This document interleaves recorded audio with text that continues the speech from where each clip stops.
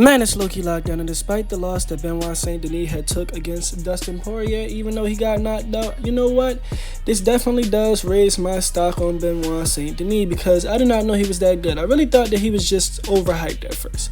But we figured out in this fight that he has some very, very good striking, some solid grappling. You know, he's able to, smother guys. Like, he just has that overbearing power or strength, or whichever one it is, that he's able to, just keep you pinned up against wherever the fuck you're at, up against the cage. And he's able to use the cage very well to his advantage. A lot of things in this fight he's done a lot better than what I thought, and I think he was going to be able to control Dustin Poirier like that because, Dustin has some grappling in his kit. He doesn't really have the best grappling in his kit, but he has some. And, his ability to escape submissions and the threat of submissions was very, very good. He escaped 3 very, very, very tight guillotines. And he was able to, just keep marching Dustin down through the majority of this entire fight. But the only thing that he could, it's a few things that he could work on. As a matter of fact, I'm going to get into those a little bit later. He showed a lot of toughness. He showed a lot of grit. He showed a lot of aggression in this fight. Maybe that might have I think the aggression in this fight is what got him caught. That style that he has where he just, he's coming out there and he's just in your face 24/7 without really knowing his position and knowing where he's at and knowing what position that the opponent is in the counter. His footwork could use some work. That's one thing that I'm going to say about this. Footwork and his knowledge of placement. Footwork and knowledge of placement. He could definitely use that because he didn't even know he was lined up beautifully for that fucking right hook or whatever the fuck hook by Dustin Poirier that he took, because that was a mean one. And he got cracked a few times when he was walking his opponent to the cage. He doesn't know how to really attack an opponent on the cage. He kind of does himself in these positions like who is a good example for this? Like how Alex Pereira used to do, where he used to, he'd just get you up against the cage and just start gunning punches and not really expect the counters to come back like how he did. And that's what ultimately cost BENOIT SAINT DENIS because he was rocked way before he got knocked down. I noticed that. And that's probably what did it for him. Like, he probably was discombobulated, a little disoriented after that first punch. He got dropped like 3 times.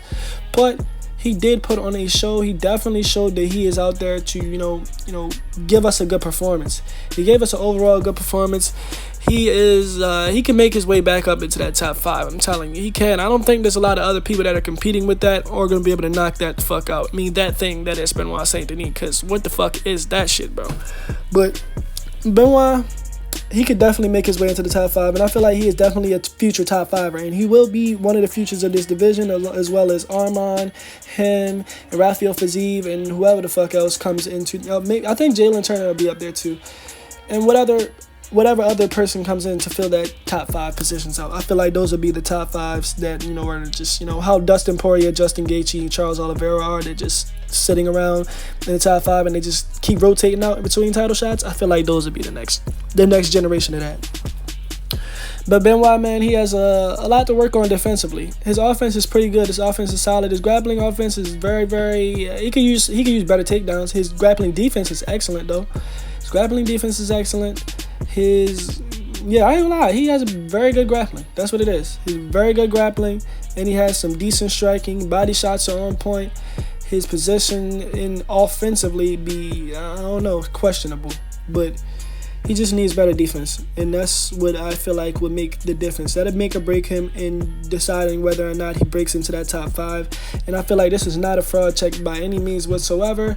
I feel like he actually proved himself a lot more to me than any other fight that he's ever been in, because even though he won those fights, he didn't really look too technical. He looked like a just brawler. He looked like he was out there just doing shit. But in this fight, he looked like he knew what he was doing against a guy who is very, very high regarded as one of the best in the lightweight division right now. So with that being said, man, like, comment, subscribe. Let me know what y'all want to see next, and let me know what y'all think. Was this a fraud check? Was it really? Think about it. Let me know what y'all think, though, for real. Give me the genuine, honest answers to what y'all think, and we out, man.